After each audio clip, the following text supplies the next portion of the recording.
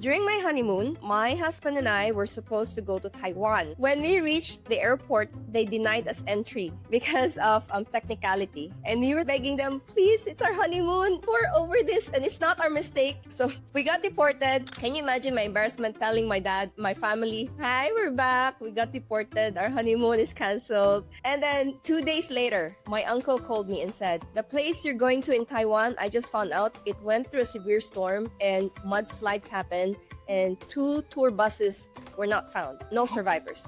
So I realized, even if I insist, no can be a protection. That really instilled in me, do I trust in God?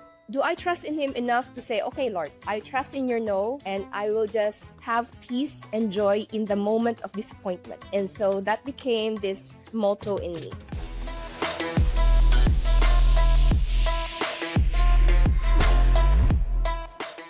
Hey, masterpiece makers, have you ever poured your heart into a dream only to be met with a painful string of no's? You know, when you step out in bold faith to build your business or pursue your calling, but the doors keep shutting down, making you question if you misheard God entirely. If you're staring at a closed door right now, wondering if that rejection means try harder or if it's actually God telling you to let go and change course, this conversation is for you. My guest today is the incredible Kristin Lim, an award-winning international author and illustrator, community art ambassador, and a small business owner. Kristin knows the crushing weight of industry rejection firsthand, and she will help us unpack the sacred wrestle of figuring out what those no's really mean. I am your host, Norbert Elnar, and on this show, we're passionate about building your faith and inspiring your business. Welcome to the Making a Masterpiece podcast. Welcome to our show, Kristin. Hi, I'm happy to be here. Very honored to be here. Well, the privilege is also ours, and we have a very interesting topic today. And this is one of those things that entrepreneurs experience regularly. The Yes. no, every single no. Now, in the introduction, I've introduced you as an award-winning author, and your story goes back to this deep isolation in COVID-19 lockdowns. And I just want to kick us off with asking you, how did you push through the season of anxiety and make your first step as an author? Was it something that you really planned a long time ago when you were a child, or how did God give you that push during that time? Well, I've always loved writing. When I was like 7, when we talk about no's, for me it's very interesting because when I was 7, there were a lot of no's in terms of reading choices. I didn't have enough books for my age. That's how I started writing. So writing was an escape for me. And when COVID happened, we have a neighbor that's a nursing home in our neighborhood. And every week there would be an ambulance visiting the nursing home. And you can imagine the anxiety of being stuck at home and just looking out the window and saying, oh no, is somebody here contagious? Is it safe to breathe? Are we gonna die? So all those what ifs, all the overthinking and all the news just made it very difficult. And I started to write about it. Like, how would fear look like if I wrote a story and fear became characters? And so, yeah, I wrote a fantasy story where every kid in this world would receive an invitation to travel to another world. And normally things we don't see with our eyes, invisible things like fear and temptation, you see them in the form of fantasy characters and you begin to see them for what they really are. And that really helped me assess what things should I let go of, including the thoughts that are not helpful to me, including anxiety.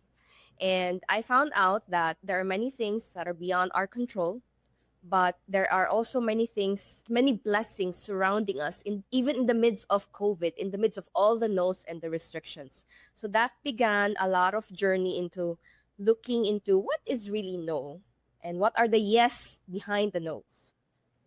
Okay, wow. I couldn't imagine that picture because Well, we've all been in the pandemic, and I mean, not all of us live near.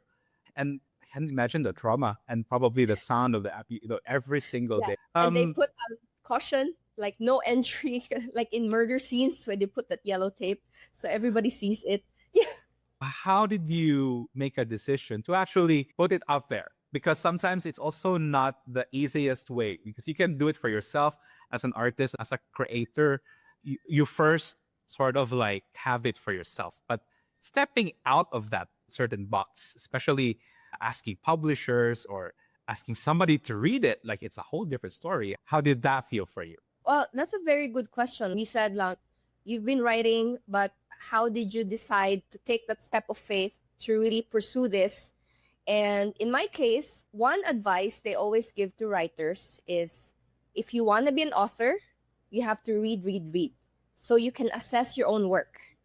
So as a reader, since I was a child, when I wrote about the story, this is the story I wrote during COVID. I wrote this as a gift also to my nephew, and from a short story, it became a whole book. And I realized there were no other stories like this. So we have Chronicles of Narnia, we have Pilgrim's Progress, and we have A Little Prince. But I have not seen a lot of modern adaptations of that, because when I read some stuff, my kids could not understand when I read the books to them. So I realized, let's make a book that is understandable to the kids this age in a sort of modern language. And so when I started thinking about it, it was actually friends who encouraged me. Pursue this. This is very good. Pursue this. Try to look for publishers and see if it will bless them as it has blessed us. And so it's good to have a lot of friends also to take that leap. So I guess the first step is to really try.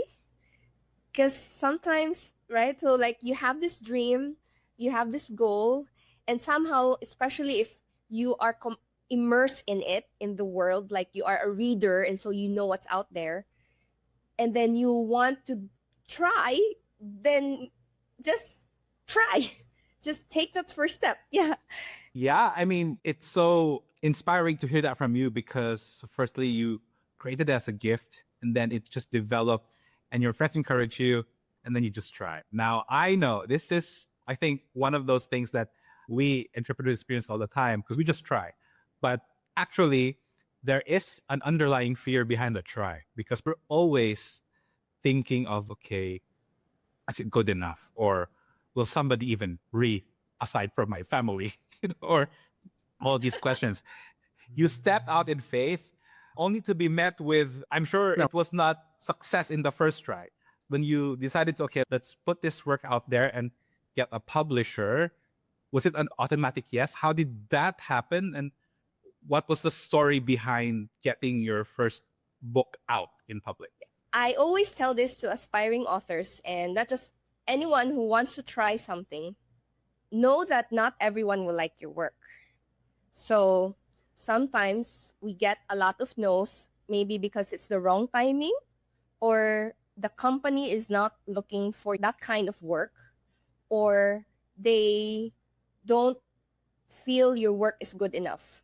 So I have to consider all these things whenever I applied. I sent my manuscript to Philippine publisher. In publishing world, you have to wait like 6 to 8 months. And when there's no response, it's a no. And so I tried another publisher in Singapore. I got a yes, but because it was COVID, after a few months, I got a no. So I'm like, okay, maybe it's not for me. Then I kept my eyes and ears open. And then there's this American publisher that I heard about. Like, the chances are small because I'm from the Philippines and America has a lot of talented writers and I have no training. But I should just try. I'm not better off if I mean, not trying is, you don't get a yes. You definitely get a no because you didn't try, but you might get a yes if you try. So I tried it and I surprisingly got a yes and became their very first international author to join their American team. And that was my first yes. Wow, that's incredible. I mean, it just reminds me of that phrase that says, knock and knock until something And that's even in scripture, right? Just knock on the door, Yeah. seek and you will find. Continue knocking and it shall Yes. be open. That's very encouraging. Now, for kingdom business leaders listening and hearing us now, a no can always feel like a direct hit on their calling. It, although it's really not, but it feels like it's always no, like a direct hit on their calling. Walk us through the real private pain of those early rejections. How did it spiritually influence you, and how did it practically also mean to you? And how did you distinguish between this no is a redirection or this no is something that I have to let go? Can I share a very personal story to explain how I began to see the no's? I have two stories that are true. Okay, the first story was during my honeymoon. So, during my honeymoon, my husband and I were supposed to go to Taiwan. But it's a long story. When we reached the airport, they denied us entry because of technicality. And we were like begging them, please, it's our honeymoon for over this. And it's not our mistake. I think bureaucratic something, I don't know. And I was determined to stay in the airport and do a Tom Hanks, like in the movie he made, where the true story where this guy was stuck in the airport. So I was so ready, and we were there like, no, we're not going. This is our honeymoon. Even if we stay in the airport, we're staying in the airport. And anyways, we got deported. So we got deported. Can you imagine my embarrassment telling my dad, my family, hi, we're back. We got deported. Our honeymoon is canceled. And then 2 days later, my uncle called me and said, the place you're going to in Taiwan, I just found out it went through a severe storm and mudslides happened and 2 tour buses were not found. No survivors. And it was Crazy. the place we were going to. And so I realized, oh, even if I insist, no can be a protection. That really instilled in me that, do I trust in God? Do I trust in Him enough to say, okay, Lord, I trust in your no, and I will just have peace and joy in the moment of disappointment. And so that became this carved motto in me. So when I received the no's, it was difficult and disappointing, but I already had that previous experience. And then the most difficult no for me was when I experienced 4 miscarriages. That was the most difficult no, because it's not just a dream, it's babies that you love. And every time I would be told that I'm pregnant, I would pick out names. I would imagine how this baby would look. And then I would just imagine days with the baby. And to be told that your baby might not live, let's try again. And then to go through that heartbreak 4 times. And I've heard of other moms who had similar pregnancies but got through it. So, you'd hope, I hope I can be like my friend. But every time I pray about it, no matter how hard I pray, I always receive a no. And I had to reach the point where, do I trust God even in this heartbreak? And is God still good even in this disappointment? And I had to really go back. Even if God does not give me any babies, does not make me a mother ba, would I still trust Him and say God is good? That was the most soul-crushing no for me. Wow. And I had to check my heart. Is God good because only life is good? Or is He good because of who He is? And then I remembered picture of a baby in a manger. And then I knew, even if God does not give me any baby, He came here as a baby to be born as a man and to die for all of mankind on the cross. That is the greatest love. And that is the baby that I need, because that is the Savior I need the most.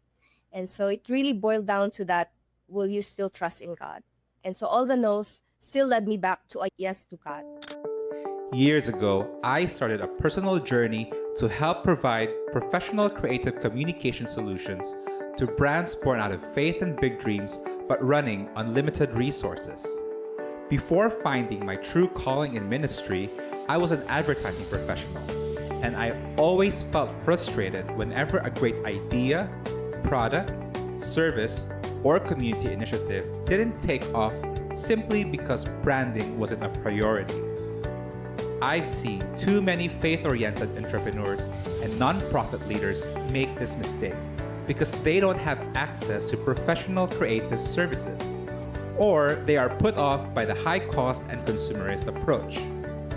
I decided to use my experiences in mainstream advertising and in ministry to bridge the gap. The result is a 6-module branding course that can help transform brands, effectively tell their stories, reach their audience, and help them achieve their goals. Teaching this to business owners and leaders, I've seen it transform confusing concepts into real brands that cut through the noise and make real everyday impact.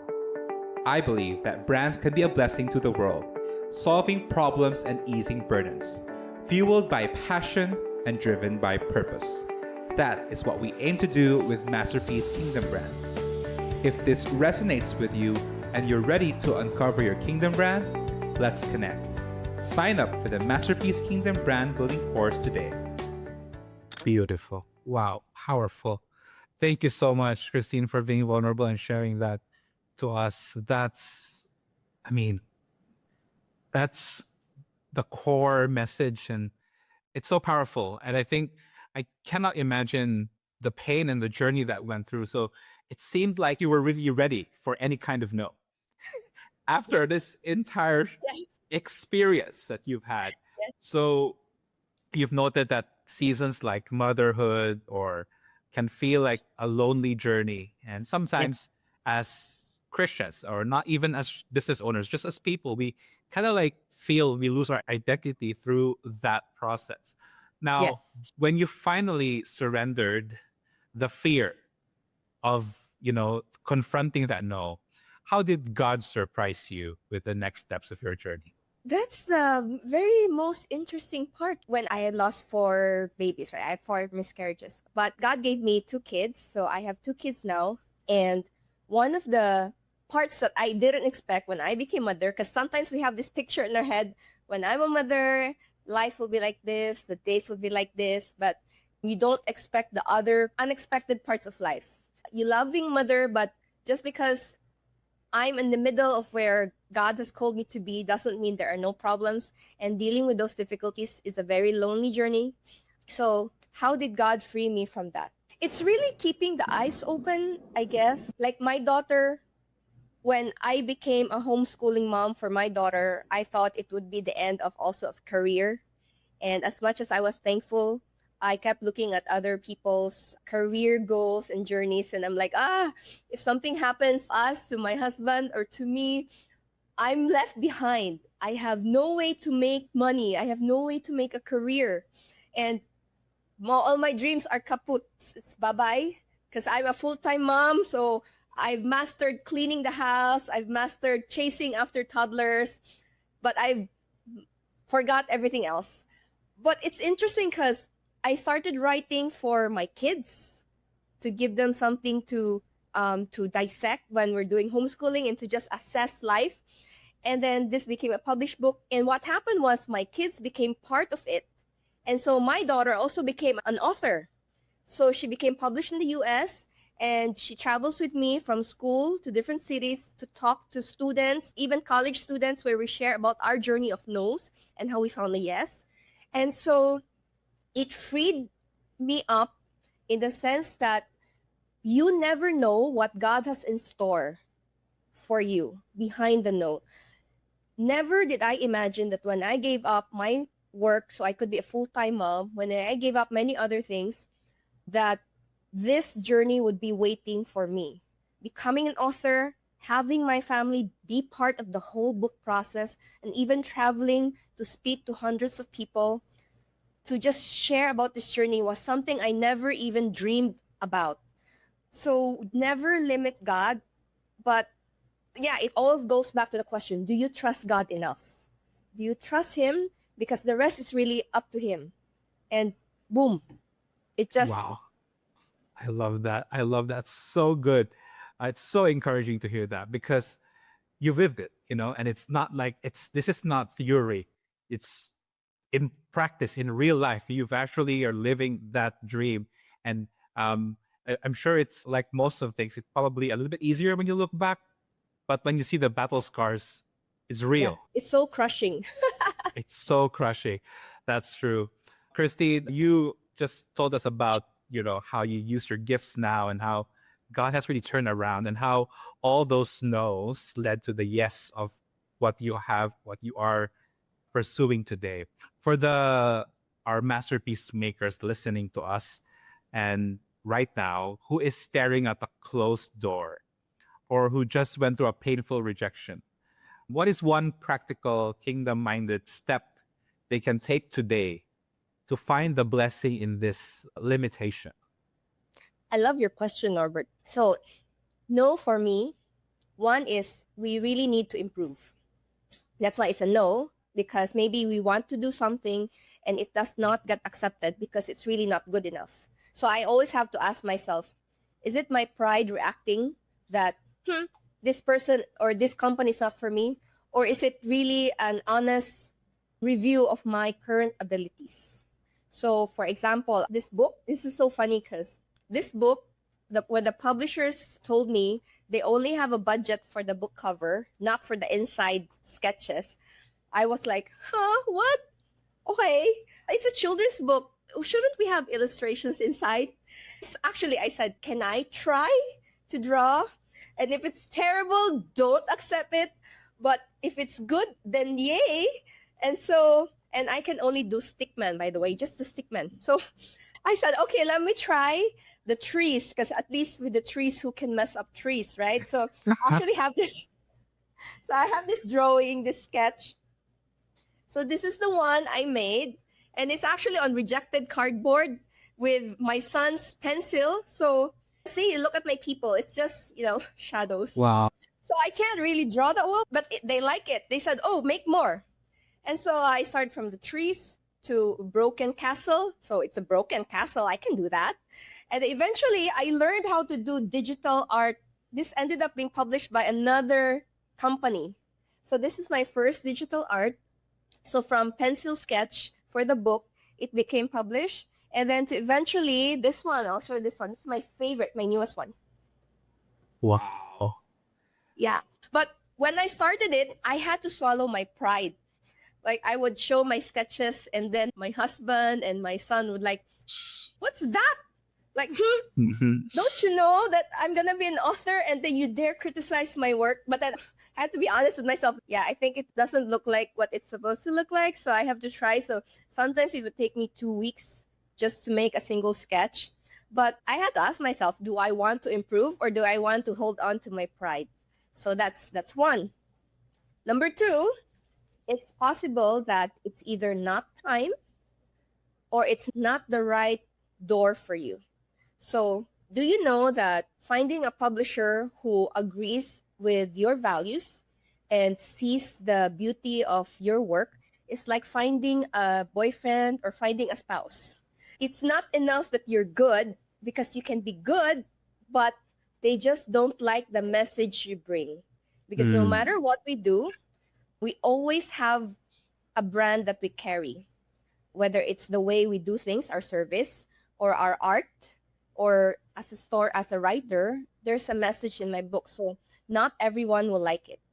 So I experienced 3 no's from the same company, which I really wanted.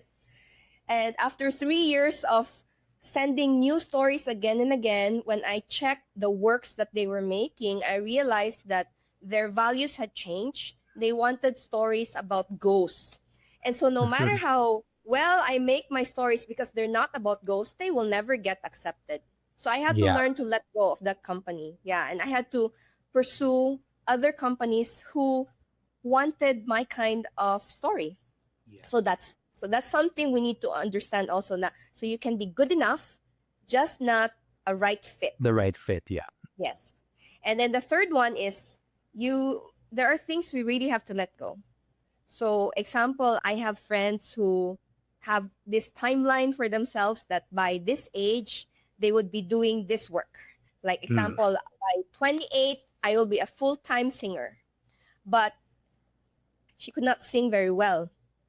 And so she had to accept that As much as I practice and compete with other people, I will never be good enough for a career here. So she had to let go. It was very painful, but she had to let go. And it turns out that she found other joys in other things. Like, I think she loved doing therapy and working with children. And so, it opens up avenue that you don't expect. So no is not a prison. No can be a liberation. Yeah. Wow, that is just gold right there. Wow. It's just been one of these, this conversation has been one of those most liberating episodes, I think, that we've had on the show. That we should not be be scared of the no's. In fact, we've heard this before a lot of times, but the more no's you get now will eventually lead you to the yes. Let all the no's come in right now so that we will have our yes. And Kristin, it has been an amazing time with you. How can our masterpiece makers get hold of your books? Where can they follow you? Where can they check out your work? And can you please invite them to whatever your newest endeavors now? Yeah, sure. Also, as of now, for the international works, the published works are found on Amazon. This magazine publish my works. I think I will have to give you the details of which ones, because this is full of different stories. Where can our masterpiece makers directly follow you? Oh, they can follow me on Facebook. My Facebook page, it's Kristin Lim Storyteller. Yes. Yes. Okay, guys, masterpiece makers, that's it. Your direct access to Kristin. You can follow her on Facebook and you will see so many things, incredible things that we've talked about and all the projects that she's been working on. And yeah, go ahead, because that no is probably going to be a yes very soon. Masterpiece makers, what a powerful conversation. The next time you face a closed door or a painful no, I hope you remember Kristin's story. God is asking you to give up on your calling. He's just setting the stage to redirect your steps, expand your territory in ways you have never imagined. If today's episode encouraged you, please share it with a fellow entrepreneur or someone who really needs to hear Kristin's story today. And don't forget to leave us a review and subscribe. That would mean so much to us, and that would be your gift to us as well. So, well, thank you so much, Kristin, for joining us. Thank you so much. This was really a wonderful treat and privilege. Yes. So I am your host, Norbert Elnar, and until next time, only on the show that is passionate about building your business and inspiring your faith. Until next time, keep building what matters.